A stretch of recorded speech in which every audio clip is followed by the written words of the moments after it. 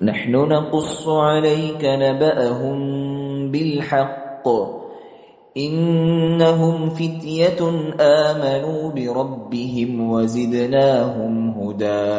السلام علیکم ورحمۃ اللہ وبرکاتہ. الحمد للہ رب العالمین والعاقبۃ للمتقین والصلاة والسلام علی رسولہ الامین وعلی آلہ وصحبہ اجمعین ومن تبعہ بإحسان الی یوم الدین. اما بعد فاعوذ باللہ من الشیطان الرجیم. قل هل يستوي الذين يعلمون والذين لا يعلمون انما يتذكر اولو الالباب. محترم ناظرین اور ناظرات، اس مبارک حلقے میں ہم آپ تمام کا استقبال کرتے ہوئے اللہ سے دعا کرتے ہیں کہ پروردگار ہم سب کو با اخلاق اور مثالی مسلمان بنائے، زندگی کے ہر موڑ اور ہر مرحلے میں مثالی کردار ادا کرنے کی اللہ توفیق عطا فرمائے. خصوصاً نوجوان طبقے کو جو اوروں کے لیے عموماً یہ رول ماڈل ہوا کرتے ہیں، تو اس نوجوان طبقے کو اپنا مثالی کردار پیش کرنے کی اللہ توفیق عطا فرمائے. آمین. محترم حضرات و خواتین، نوجوانوں کو دین سے اور اللہ سے قریب کیسے کیا جائے، اس سلسلے میں بہت ساری باتیں ہمارے سامنے آئیں. ہم اس سلسلے کو آگے بڑھاتے ہوئے یہاں یہ ذکر کرنا مناسب سمجھتے ہیں کہ نوجوانوں کو دین سے اور اللہ سے قریب کرنے میں سرپرستوں کا، معاشرے کے بزرگوں کا بڑا رول ہوا کرتا ہے. جوانی کا دور یہ بہکنے کا دور ہوتا ہے. جوانی کا مرحلہ عموماً بہکنے کا مرحلہ ہوتا ہے. حالات جیسے کچھ ہیں، ماحول جیسا کچھ ہے، اس کو سامنے رکھتے ہوئے یہ بات ہم عرض کر رہے ہیں. یہ بہکنے کا مرحلہ ہے، یہ گمراہ ہونے کا جو ہے مرحلہ ہے. تو اس مرحلے کو صحیح رخ دینے میں جو معاشرے کے سرپرست اور بزرگ احباب ہوتے ہیں وہ اپنا رول پیش کر سکتے ہیں، اور یہ معاشرے کے سرپرستوں پر عظیم ذمہ داری ہے. وہ نوجوانوں پر نظر رکھیں، وہ نوجوانوں کی تربیت کے حوالے سے فکر کریں، وہ نوجوانوں کو دیندار بنانے کی کوشش کریں، وہ نوجوانوں میں پایا جانے والا بگاڑ جس کو دور کرنے کی کوشش کریں. اور یاد رکھیں، یہ آپ کی ذمہ داری ہے، یہ آپ کی ذمہ داری ہے. اور اللہ کے نبی صلی اللہ علیہ وسلم نے اسی ذمہ داری کو واضح کرتے ہوئے فرمایا، کلکم راع وکلکم مسئول عن رعیتہ.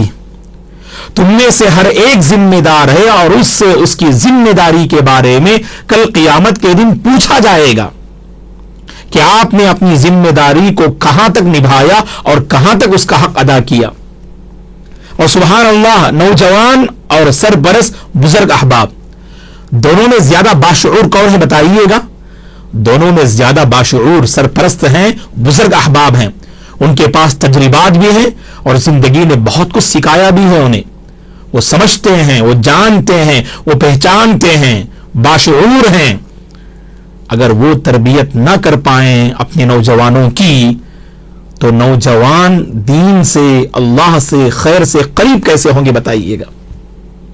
کیسے وہ قریب ہو سکتے ہیں؟ اللہ نے قرآن میں کیا فرمایا؟ هل يستوي الذين يعلمون والذين لا يعلمون. جاننے والے اور نہ جاننے والے کبھی دونوں برابر ہو نہیں سکتے. جاننے والے باشعور ہوتے ہیں اور نہ جاننے والے شعور کی کیفیت ان کی زندگی میں نظر نہیں آتی ہے. تو یہ جاننے والے سرپرست بزرگ احباب والدین پہ یہ ذمہ داری ہے وہ نوجوانوں کو سنبھالنے کی کوشش کریں. اس کے لیے تعاون بہت ضروری ہے دوستو. یقیناً ہم نوجوانوں سے اپیل کریں گے کہ آپ اپنے سرپرستوں، والدین اور خیرخواہ لوگوں سے مشورے لیجئے گا. کوئی بھی آپ فیصلہ کرنا چاہتے ہیں اپنی زندگی کے حوالے سے اپنے بڑوں سے مشورہ لیجئے گا. یقیناً برکت ہوتی ہے اس میں, صحیح فیصلے ملتے ہیں. لیکن یہاں پر ہم دیکھتے ہیں آج نوجوانوں اور بزرگ احباب میں ایک دوری جو ہے ہمیں نظر آتی ہے, فاصلے ہمیں نظر آتے ہیں. نوجوان بڑوں سے قریب ہونے کے لیے تیار نہیں اور بڑے احباب نوجوانوں کو قریب کرنے کے لیے تیار نہیں. عموماً دیکھا یہ جاتا ہے تربیت کے میدان میں نوجوان ہمیشہ نوجوانوں کی تربیت کے لیے بزرگ احباب ڈانٹ ڈپٹ کا سہارا لیتے, سخت لہجہ اختیار کرتے, بد مزاجی اور بد کلامی سے ان کا جو ہے مقابلہ کرتے. نتیجے میں نوجوان ان سے بدظن ہو جاتے, ان سے قریب نہیں ہو پاتے. تو میں سرپرستوں سے ادباً گزارش کروں گا کہ آپ کی زبان میں, آپ کے کردار میں ایسی شائستگی ہونی چاہیے کہ نوجوان آپ سے قریب ہونے پہ مجبور ہو جائیں. آج کے ماحول میں سرپرستوں کو اپنے کردار سے نوجوانوں کو متاثر کرنے کی ضرورت ہے. اس کا فائدہ یہ ہوگا کہ دنیاوی اعتبار سے بھی وہ نوجوانوں کی صحیح رہنمائی کر پائیں گے اور دینی ناحیے سے بھی وہ اپنے نوجوانوں کی تربیت میں کامیاب نظر آئیں گے. تعاون کا ماحول پیدا کیجئے گا. آج تعاون کا ماحول مٹتا جا رہا ہے. آج آپسی تعاون سبحان اللہ یہ اہم ذریعہ ہے, مؤثر ذریعہ ہے بدلاؤ لانے کے لیے, چینجنگ لانے کے لیے, کچھ آگے بڑھنے کے لیے, ترقی حاصل کرنے کے لیے. آج تعاون کا ماحول ہم نے ختم کر دیا. اللہ رحم فرمائے. ہماری حالت تو ایسی نہ, اگر کوئی نوجوان ابھرتا ہوا نظر آئے تو بعض اللہ کے بندے ہیں انہیں یہ بات کھٹکتی ہے, ہم تو بڑے کب بنے جب عمر کے اس مرحلے میں تھے اور یہ ابھی جو ہے بڑا بنے جا رہا ہے. تو اسے جو ہے نیچا جو ہے دکھانے کی کوشش کرتے, اسے ذلیل کرنے کی ہم کوشش کرتے. نتیجے میں نعوذ باللہ منافرت کا ماحول جو ہے یعنی قائم ہوتا ہے. محبتیں وہاں مٹتی ہیں, وہاں نفرتیں جنم لیتی ہیں. جس ماحول میں آپسی تعاون اور آپسی الفت و محبت کا خاتمہ ہو جائے وہاں نفرتوں کی آگ بھڑکتی ہے. ایک نوجوان اگر ترقی کر رہا ہے کم عمری میں, اس کی ہمت افزائی ہونی چاہیے, اس کو موٹیویٹ کرنا چاہیے, تو اس کا ذہن بھی پاک رہے گا اور وہ بہت آگے بڑھے گا, قوم کے حق میں بڑا عظیم سرمایہ ثابت ہوگا اور دین کے لیے بھی ایک مفید جو ہے انسان ثابت ہوگا. آپ دیکھ لیجئے گا جس ماحول میں آپسی تعاون کا جو ہے جذبہ نہ ہو وہاں عموماً نوجوان بہکتے ہوئے نظر آتے ہیں. سرپرستوں کی سرپرستی نوجوانوں کو اگر حاصل رہے, سرپرستوں کی مہربانیاں اور کرم فرمائیاں اگر نوجوانوں کو حاصل رہے تو نوجوانوں کے بہکتے قدموں کو ان کی سرپرستی سہارا دے گی. اللہ کی توفیق تو شامل حال ہوگی وہاں پر انشاءاللہ. نوجوانوں کے بہکتے قدموں کو سہارا دینے والی آپ محترم سرپرستوں کی سرپرستی ہے, اسے ذہن میں لائیے گا. وَتَعَاوَنُوا عَلَى الْبِرِّ وَالتَّقْوَى وَلَا تَعَاوَنُوا عَلَى الْإِثْمِ وَالْعُدْوَانِ کے اصول کو نظر انداز مت کیجئے گا. بھلائی اور تقوی کے سلسلے میں تعاون کا جو ہے ماحول, گناہ اور سرکشی کے سلسلے میں ایک دوسرے کا جو ہے تعاون نہ کرنے کا ماحول, اس ماحول کو لانے کی ضرورت ہے. تبھی نوجوانوں میں بیداری آئے گی, تبھی نوجوان اللہ سے اور دین سے قریب ہوں گے. اور یہاں ادباً میں ذکر کرنا مناسب سمجھتا ہوں سرپرست حضرات کی خدمت میں, آپ نوجوانوں کو قریب کرنے کی کوشش کیجئے گا. وہ بہکتی عمر ہے, وہ بہکتا مرحلہ ہے, وہ قریب نہیں ہوں گے آپ سے. آپ انہیں قریب کیجئے گا اپنی شفقت سے, اپنے حسن کردار سے, اپنی طلب سے, اپنی فکر مندی سے, درد سے. آپ انہیں قریب کیجئے گا, ان کے ساتھ کاؤنسلنگ کیجئے گا. دنیاوی اعتبار سے بھی اور دینی ناحیے سے بھی آپ ان کے ساتھ بیٹھیے گا, ان کی کاؤنسلنگ کیجئے گا, ان کے اپنے جذبات کو معلوم کیجئے گا, ان کے ایکٹیویٹیز کو معلوم کرنے کی کوشش کیجئے گا, مستقبل میں ان کے عزائم کو آپ جو ہے معلوم کرنے کی کوشش کیجئے گا. اس کا فائدہ یہ ہوگا, نوجوانوں کو تسلی ملے گی, ان کو موٹیویٹ کرنے والے احباب موجود ہیں, ان کی رہنمائی کرنے والے احباب موجود ہیں, غلطی پر تنبیہ کرنے والے لوگ موجود ہیں, ہے کہ نہیں؟ تو یہ ماحول لانے کی بہت سخت ضرورت ہے دوستو. آج تقریباً یہ ماحول مٹتا جا رہا ہے ہمارے اپنے آپسی ماحول میں. اگر سرپرستوں کی صحیح سرپرستی اگر نوجوانوں کو میسر آ جائے, اللہ کی قسم ہمارے یہ نوجوان دین سے بہت قریب ہو سکتے ہیں. آپ دیکھ لیجئے گا کہ کیسے نظر انداز کرتے ہیں. گھر میں بڑے نماز کے پابند ہوتے اور جاتے ہوئے نماز کا جب وقت ہوتا ہے, اپنے نوجوان بچوں کو بالکل بستر پر لیٹے آرام کرتے ہوئے دیکھ کر نظر انداز کرتے ہوئے آگے بڑھ جاتے ہیں. وہ تو نماز کے پابند ہیں, اپنے بچوں کو نماز کا پابند نہیں بنایا.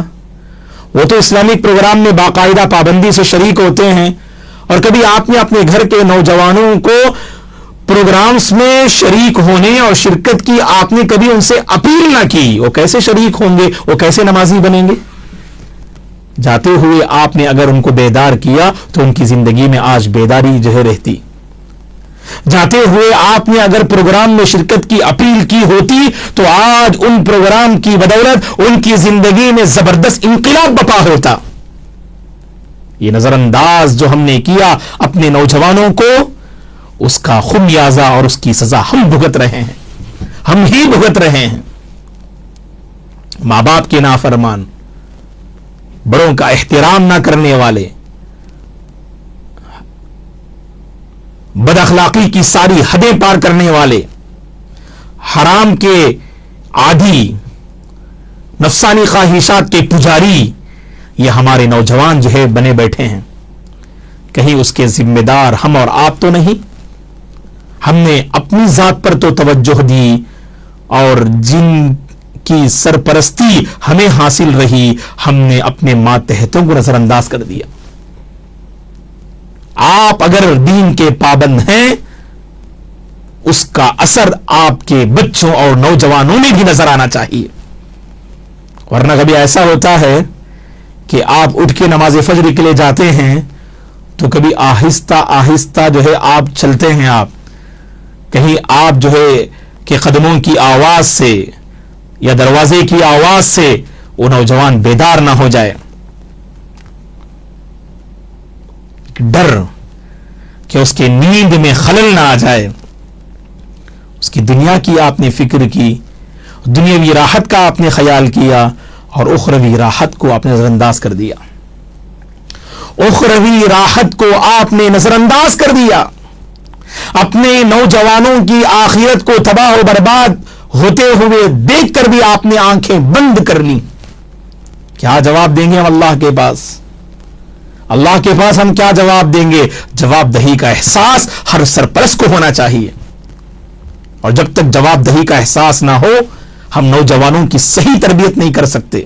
اور آج تربیت بہت ضروری ہے. آج عقیدے کے ناحیے سے ان کے اندر گمراہیاں ہیں, اخلاقی ناحیے سے بہت سارا بگاڑ ان کے اندر پایا جاتا ہے, دینی رنگ ان میں نظر نہیں آ رہا ہے. کیا ہمیں اس کا احساس ہے؟ انہوں نے پہچانا یا نہ پہچانا, لیکن ہم نے تو پہچانا نا, اور پہچان کر بھی ہم پہچاننے کی کوشش نہیں کرتے.